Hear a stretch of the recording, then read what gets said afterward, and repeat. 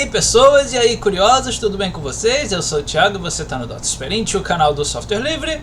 Hoje, como eu disse alguns meses atrás, eventualmente eu estarei fazendo alguma coisa sobre o Krita em algumas coisas específicas do programa que eu ainda não havia comentado sobre. Obviamente vai depender aí de muita sorte e possibilidade de trabalhar com isso, porque depende da configuração do computador, então eu recomendo aí pelo menos i5 mais recente, um i7 aí com pelo menos uns 8 ou 16 GB de RAM para conseguir acompanhar essas mudanças, mas não significa que outras configurações de programa não vão funcionar. Pode funcionar assim, mas corre-se o risco de ficar um pouquinho lento. Então atenção aí na configuração básica do PC. Então roda aí a vinheta.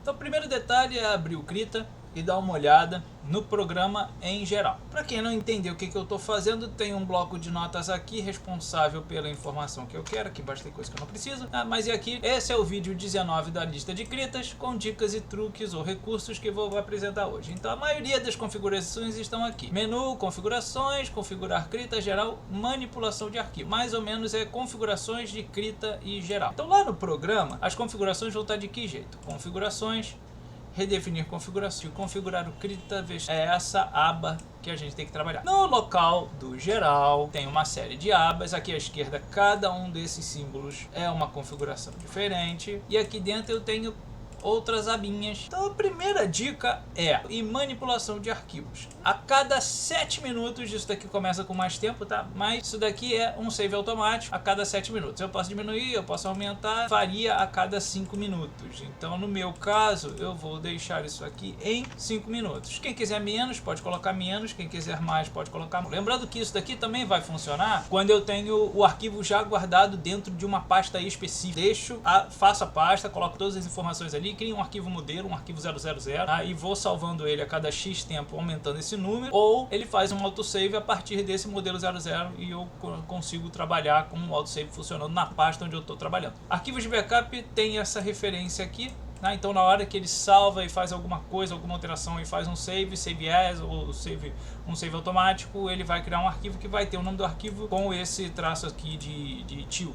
E número dos arquivos eu posso aumentar esses números. Lembra que eu falei? Aumentar o número de arquivos? É basicamente por aqui. O autosave funciona. Então a partir do número do arquivo ele pode fazer até 10 arquivos, 9 arquivos de backup daquela versão que eu estou trabalhando. Atenção, isso aumenta o tamanho do arquivo, aumenta a quantidade de arquivos que tem dentro da pasta. Então regularmente eu vou ter que dar uma olhada num arquivo para dar uma quebrada, dar uma deletada aí nos arquivos de trabalho que ele faz em autosave, dependendo da quantidade de tempo que você demora para salvar os arquivos. Isso é legal para quem faz animação. Aqui dentro do Krita tem recurso de animação stop motion, vale a pena ficar nesse tipo aqui, a cada 5, a cada 3 minutos, e coloque isso daqui em 20, 30 versões diferentes para os arquivos. Como não é o meu caso, eu vou deixar isso daqui simples, um pouquinho mais de tempo, um pouquinho menos de arquivos para ficar bem salvo. Em diversos, tem uma outra situação que é bem interessante: pilha de anulações. O que é isso? É o Ctrl Z. Ctrl Z é fundamental. Se eu quiser aumentar, posso aumentar. Para quem vem do Photoshop, cara, Ctrl Z é o histórico do programa. Então quanto maior a quantidade de histórico você tem, mais pesado fica o arquivo. Em contrapartida, mais segurança você tem de uma definição de um específico ponto desse processo que você fez para poder salvar. No meu caso, volto a falar, não é o meu caso. Esse daqui 200 pontos na pilha de histórico já vale a pena deixar. Para mim é o suficiente. Tem gente que vai precisar mais, tem gente que vai precisar de menos, tem gente que não tem tanta memória RAM no computador para usar muito, então vai precisar colocar menos. Mas o meu computador é um i7 com 16 GB de RAM, então eu consigo aguentar 200, 300 pontos de anulação, pontos de Ctrl Z na pilha de histórico. E aí para quem tem menos é recomendado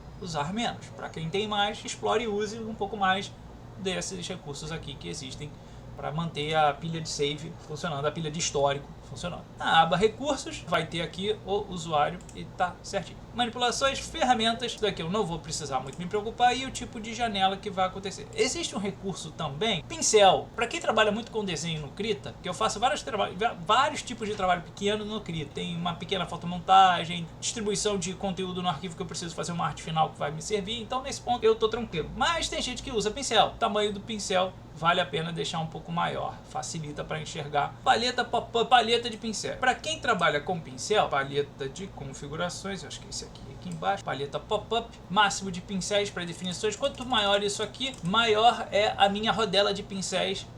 Se eu não estou errado, para quem usa a tábua de desenho, a tablet, vai poder selecionar uma quantidade de configuração de gerenciar recursos. São esses pincéis aqui que eu posso colocar nessa questão das configurações do Krita e gerenciar, configurar o Krita, paleta pop-up, e vai estar aqui. São esses pincéis que eu vou estar definindo nesse quantitativo aqui. Eu vou deixar em 10 mesmo, que eu não costumo usar muito. E o tamanho do pincel, o tamanho da palheta em pixels e o tipo de seleção. Nesse caso aqui eu não vou mudar muita coisa, eu não vou me estressar com esse cara aqui, que isso daqui já me funciona muito bem. Autoria automática, isso daqui é bem legal. Configurações de Krita, autor. Eu posso colocar aqui, quando eu fizer o meu trabalho, o tipo de informação que eu quero ter no meu arquivo. E aí quando eu abro qualquer novo arquivo, eu tenho anônimo para quem quiser, ou se eu quiser já nos metadados do arquivo, ele já vai estar aqui funcionando com apelido, autor, pô, tem uma série de coisas aqui que vale a pena. E eu posso adicionar outras informações aqui. A empresa que for abrir, o cliente que for abrir o arquivo e tal, para verificar no metadados, vai estar aqui a autoria. Isso é uma mão na roda ter pré-definido. Deixe pré-definido, porque ajuda na hora de definir de quem é o dono da arte. Então, tá lá nos metadados. Se tiver diferente, opa, tem plágio, aí você tem como se proteger, porque o teu arquivo original vai estar com esses dados. E no arquivo original, com esses dados, você tem essas informações que garantem a autoria do trabalho. Configurações do Krita, configurações de cores. Isso daqui também é muito importante nesse momento para vários detalhes. Que o Krita trabalha com padrão triangular ou padrão quadrático. Padrão quadrático vai ser melhor. Configuração de cores, seletor de cores. Então, configuração de cores, gerenciamento de cores. Eu vou deixar isso daqui sempre em 8 bits. Mas quem precisar alguma outra coisa pode, e é aqui nesse 8 bits que eu coloco também em CMYK, tá? Para quem costuma fazer conversão de cores, está aqui a configuração CMYK. Onde você já trabalhou, coloca um OK, tá aqui e volta em novas opções de imagem. Deixe sempre qual é o padrão. Lembre-se do padrão. Se quiser manter o modelo padrão, deixe sem seleção. Visualização de arquivos, e aí vai aparecer aqui e vai ter algumas outras informações, a composição do gama. Só que existe um outro detalhe, tem algumas configurações que valem a pena. Como eu trabalho, então vamos lá de volta, seletor de cores, HSV, gerenciamento de cores, configuração do seletor de cores, aqui embaixo à esquerda, tem o tipo de seletor. Quando eu clicar aqui em cima, que aqui tem o tipo de seletor, que é Hue Saturation Value, Hue Saturation Luminosity, Hue Saturation, isso daqui eu não lembro o que é, e HSY é o pessoal que trabalha com o modelo de cubo na disposição das cores pelo espaço. Tem um pessoal que usa esse daqui, então não é o meu caso. Eu vou manter o HSV, que é o mais comum e é o que eu mais uso. Quando eu clicar em cima do círculo, que tem o que aqui? Eu tenho claro e escuro, ou seja, aqui eu tenho sombras ou luminosidade, e aqui eu tenho saturação. Do cinza para ponta eu tenho saturação. É mais fácil de entender como é que as cores funcionam. A teoria das cores vem por aqui. E entre o vermelho, que é infravermelho, e ultravioleta, entre o vermelho e o ultravioleta eu tenho todo o espectro cromático que vai acontecer, tá? E nesse ponto, isso quando ele fala aqui Hue, Saturation e Value. Hue é a cor, é o matiz. Então o Hue está aqui em volta dessa parada inteira. Saturação é a quantidade da cor pura que tem entre o máximo e o mínimo, que é o cinza, e o velho, que é o valor de intensidade dessa cor. Então, quando eu clico aqui em cima, eu tenho uma série de outras opções. Eu tenho o círculo com um quadrado ou um triângulo, ou o círculo da saturação, ou seja, desde a menor saturação à máxima até o círculo cromático. Quando eu tenho o preto, a soma das cores da preto, isso daqui é CMYK. Quando eu coloco branco, isso daqui é RGB. Lembra do meu comportamento das cores? Lá no gerenciamento de cores, esse RGB vai trabalhar com esse carinha daqui. Se eu precisar trabalhar com o CMYK 8 bits, que eu estou em RGB alfa, CMYK alfa 8 bits, esse cara aqui vai trabalhar nessa configuração de cores assim, que a soma das cores vai dar preto. Por isso ele consegue fazer a conversão de cores. No meu caso, como eu vou trabalhar só RGB, eu fico da cor para o branco. E aqui eu tenho saturação de... Só que eu também não gosto desse modelo. Prefiro esse quadrado aqui, que eu tenho a variação de cor, ou seja, o círculo cromático em volta. E eu tenho a saturação da esquerda para a direita e a intensidade de cima para baixo. Aí quanto mais intenso, mais próximo da cor ou do branco. E quanto mais longe da saturação máxima, eu tenho preto. E aí anula a cor basicamente. Então vou manter aqui HSV, Hue Saturation Value, vou voltar lá no meu arquivo, gerenciamento de cores, CMYK, eu vou jogar para RGB Alpha.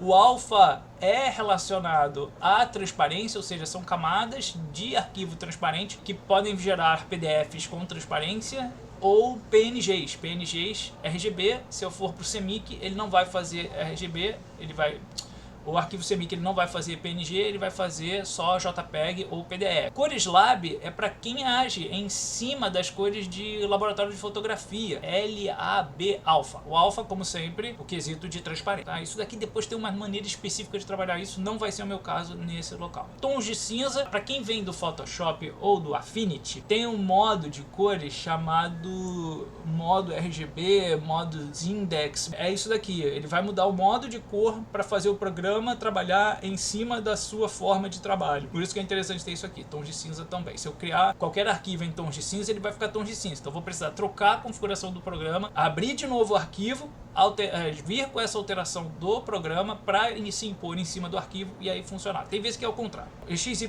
Alpha, tá? E depois eu tenho YCBCR Alpha. Esses dois carinhas trabalham com a disposição de cores, tem um modelo certinho de como trabalhar isso que eu realmente não sei. Não vou me preocupar com isso porque também não é a minha intenção.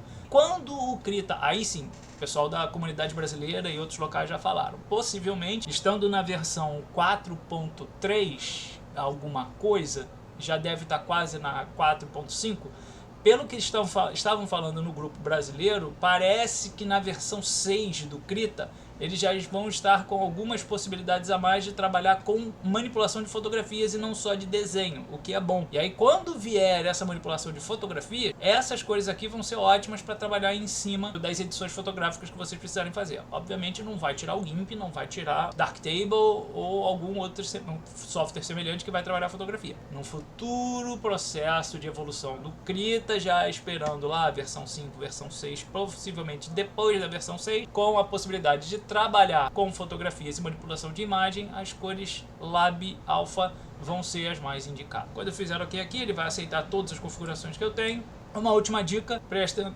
desempenho, quantidade de RAM, eu estou usando 50% da minha RAM. Se eu precisar de mais RAM, eu posso jogar em até 60, 70, 100% de RAM disponível. Cara, é muita coisa. Não dá certo, não é por aí. Eu preciso dele mais ou menos 50% cravado. Porque quando eu estiver trabalhando em edição de vídeo ou captura de tela, eu vou precisar desses 50% de RAM maior aqui. Quando eu precisar de mais memória RAM para trabalhar configuração de arquivo ou até mesmo gravação de tela, como eu estava falando, esse 50% extra disponível vai fazer diferença. Quando precisar, e aí é limite de arquivo do programa 4GB.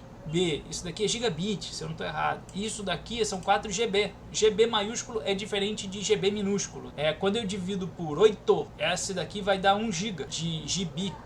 Então vai ser multiplicado por 8, negócio desse tipo. Mas tudo bem, é base 8 isso aqui. Aí vai dividir ou multiplicar. Eu acho que vai dividir. Com isso eu também posso aumentar o tamanho limite do arquivo, podendo chegar a 5 ou 6 gigabits o tamanho do arquivo. Que quanto maior, mais pesado, melhor para alguns trabalhos. Mas vai ficar lento na hora de salvar e na hora de carregar o arquivo. Então vai precisar aí de SSD, parrudo, vai precisar de uma configuração mais específica de computador para aguentar isso. Lembra como eu falei no início do vídeo.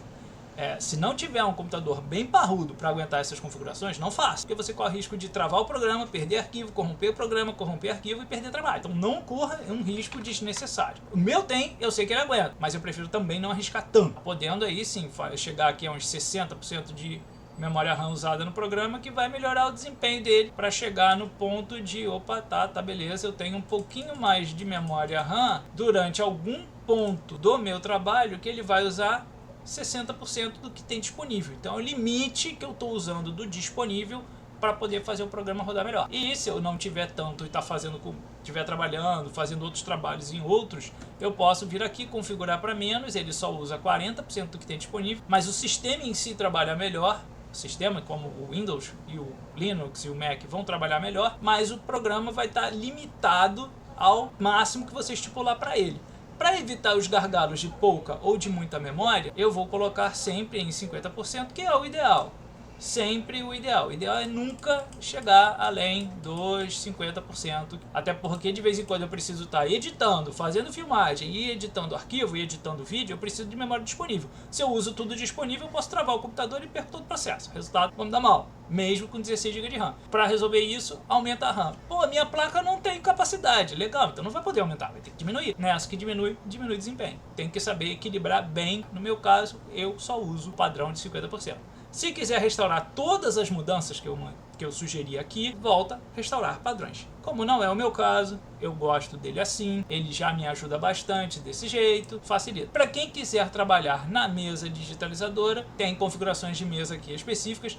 E para quem conhecer programação, que isso aqui é legal, se quiser alterar alguma parte do programa, alguma coisa específica de Python, e aí vai escrever um código Python e colocar aqui dentro para fazê-lo funcionar, vale a pena dar uma olhada nisso aqui para quem é de programação. Como a maioria da galera que vem ao canal não é de programação, isso daqui vão cagar e andar.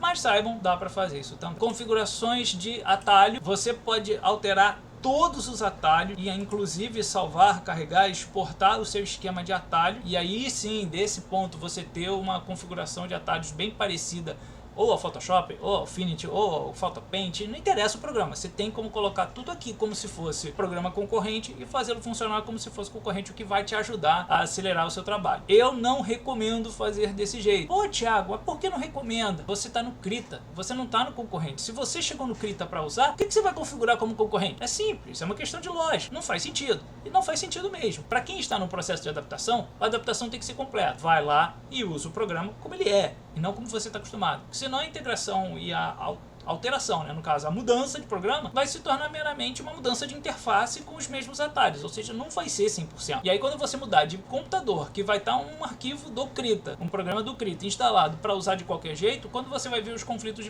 de atalho, peraí, mas não está funcionando. Por quê? Você vai perder produtividade por conta de brigar com os atalhos do programa. Para nada, literalmente isso, para nada. Então antes que aconteça isso, não faça a alteração dos atalhos além do mínimo necessário para aumentar a velocidade.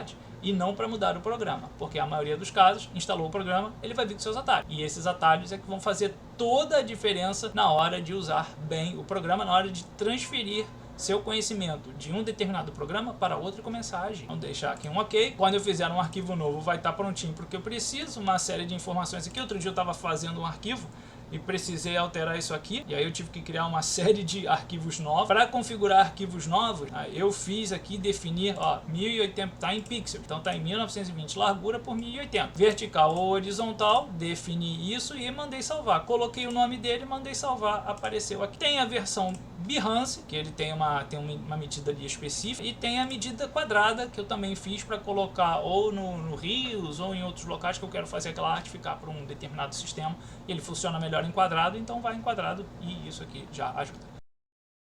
Não são lá, ó, nossa, que dica maravilhosa e tal, pô, vou ficar com um programa legal do meu lado, fazer um senhor trabalho com o Krita desse jeito. Não é um vídeo para esse tipo de situação. Foi um vídeo feito para mostrar a vocês que é possível configurar, melhorar o desempenho, melhorar o programa, para chegar mais rápido nos resultados que vocês precisam de acordo com a sua necessidade. Vai precisar passar por uma adaptação? Vai precisar passar por um processo de uso constante, talvez aí uns 2 ou 3 anos, saindo do programa concorrente e chegando no Krita para poder usá-lo plenamente, mas não significa que são só essas configurações que vocês podem fazer. Vocês podem fazer N configurações. E quiser salvar, vai lá e salva. Então o quanto isso vai ser útil para você. Eu não sei a sua configuração. Aquilo funciona, o que eu mostrei funciona muito bem para mim. E para você, o que vai funcionar? É testar, é fuçar, mas saiba usar o recurso. Se você não sabe usar o recurso, não mexa. Use o programa, aprenda a usar o programa, faça um período de 1 ano, 2 anos usando o programa base, como ele vem de fábrica para você, ou seja, foi lá no site, pesquisou o programa, baixou, instalou e está funcionando, então começa por ele assim, zerado. Para quando for para você fazer as suas mudanças por conta de necessidades, você já sabe onde você está no programa.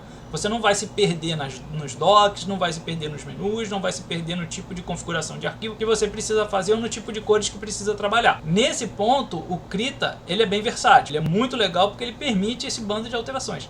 E é isso que tá, vai depender de adaptação. Passe pelo processo da adaptação, para chegar lá na frente, poder entregar o teu trabalho no programa para o seu cliente, dentro das especificações que ele pede e dentro do conhecimento que você tem. Senão, vai dar problema, pode quebrar o programa, pode dar uma dor de cabeça para você para alterar as configurações que você não vai saber como resolver. Dê o like, curta, se inscreva no canal, espero que tenha ajudado. Até o próximo!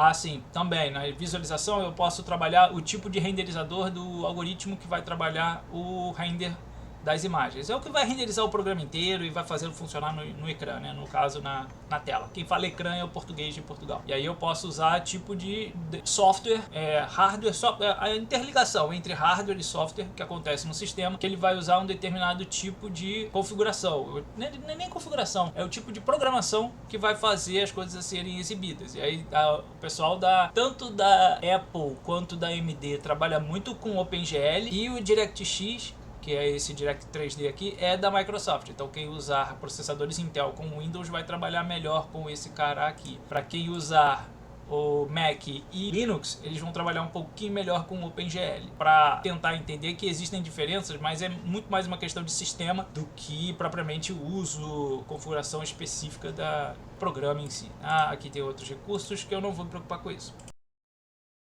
Tem um carinha chamado Ideias Telistas, ele ensina como configurar isso aqui, vale a pena dar uma olhada no canal dele. Tem alguns